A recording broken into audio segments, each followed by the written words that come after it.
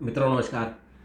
भारत सरकार ने 3 और नम क्षेत्रों को यानी वेटलैंड को रामसर साइट घोषित कर दिया। ये रामसर साइट क्या होती हैं, उनका क्या महत्व है, इस पर चर्चा करते हैं। भारत में रामसर साइटों की संख्या अब 85 हो गई है और ये 2014 में 26 से बढ़ के 85 हुई। ये बड़ी अच्छी बात है। दरअसल ये रामसर क्या है और इसका महत्व क्या है। दरअसल जो रामसर है वो ईरान में एक शहर है जो कैस्पियन सी के पास है। कैस्पियन सी का जो टापू है उसमें है एक रामसर, बहुत खूबसूरत टापू है, वहाँ एक शहर है। तो वहाँ जो ईरान के पर्यावरण मंत्री थे 1960 के दशक में, एस्केंडर फिरोज, इनकी बड़ी रुचि थी कि पर्यावरण के प्रति।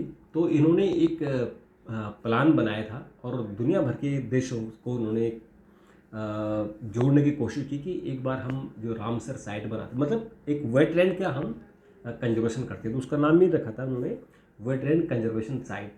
तो वेटलैंड कंजर्वेशन के लिए 1971 में एक कॉन्फ्रेंस हुई थी रामसर में और 2 फरवरी को एक कन्वेंशन को यानी एक संधि हुई थी और उस संधि में सभी दुनिया के सभी देशों ने स्वीकार किया था कि जो भी वेटलैंड होंगे उसको हम संरक्षित करेंगे। ऐसी इंटरनेशनल बहुत कॉन्फ्रेंस है, इंटरनेशनल संधियाँ हैं जिसमें हम लोग उसके पार्टी हैं और हम लोग उसको करते हैं, जैसे कि टाइगर को लेके, जैसे कि बायोडाइवर्सिटी को लेकर, और ऐसे न जाने मतलब जानवरों में भी अलग अलग, वाइल्ड लाइफ के लिए अलग, टाइगर के लिए अलग, एलिफेंट के लिए अलग, लोयन के लिए अलग, इस तरह से अलग अलग कन्वेंशन है जो हम उसको मानते हैं और उसका संरक्षण अंतर्राष्ट्रीय नियमों के हिसाब से करते हैं।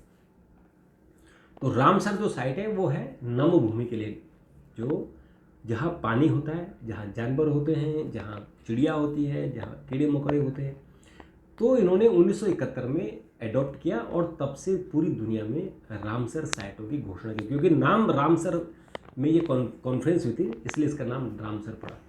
और ये प्रयास जो हुआ था वो 1960 से शुरू किया था फिरोज साहब ने।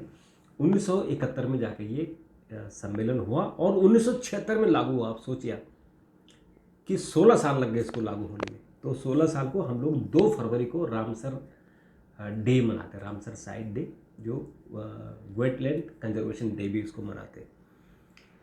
तो अभी ये 1971 से अब तक पूरी दुनिया में 2331 साइटें हैं जो नम साइट यानी रामसर साइटें घोषित हो चुकी हैं और भारत में 85 साइटें हैं, उनकी घोषणा हो चुकी है।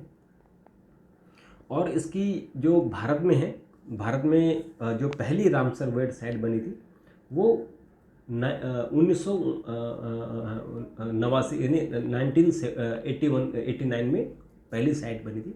और आज जो घोषणा हुई है उसमें जो 3 साइटें बनी हैं उसमें 2 साइट तमिलनाडु में है, एक तो नंजा नारायण है, नंजारायण है ना, नंजरायण एक साइट है नंजरायण, और दूसरी साइड है कंजुवेली, और तीसरी साइड मध्य प्रदेश की है तवा जलाशय। ये बहुत बड़ी एक यहाँ पे झील है, उसको बताया गया। दरअसल जो वेटलैंड होती है उसके आसपास की जो भी ज़मीन है वो एक डिफरेंट तरीके से एक जो है जो उसका इकोलॉजी खड़ी हो जाती है। तो भारत में 85 हो गए और इसकी जो कुल क्षेत्रफल है वो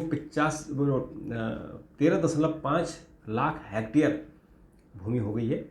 और अब तमिलनाडु में सबसे ज़्यादा 18 हो गई हैं, उसके बाद उत्तर प्रदेश है जहाँ ये संख्या बढ़कर 10 है। और एक जो 41 जो रामसर है वो पिछले 3 सालों में ही जोड़े गए।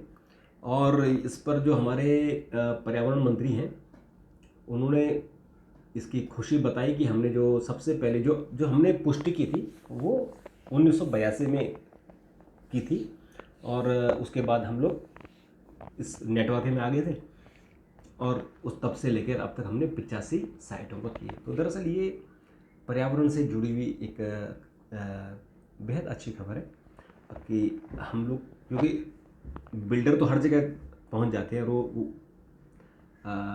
खोदना फेंटना शुरू करते थे। जो नोएडा में, ग्रेटर नोएडा में एक जगह थी, वहाँ भी एक रामसर साइट, उसको रामसर घोषित नहीं किया था लेकिन एक ऐसी वेटलैंड थी जहाँ एक छोटा सा तालाब था।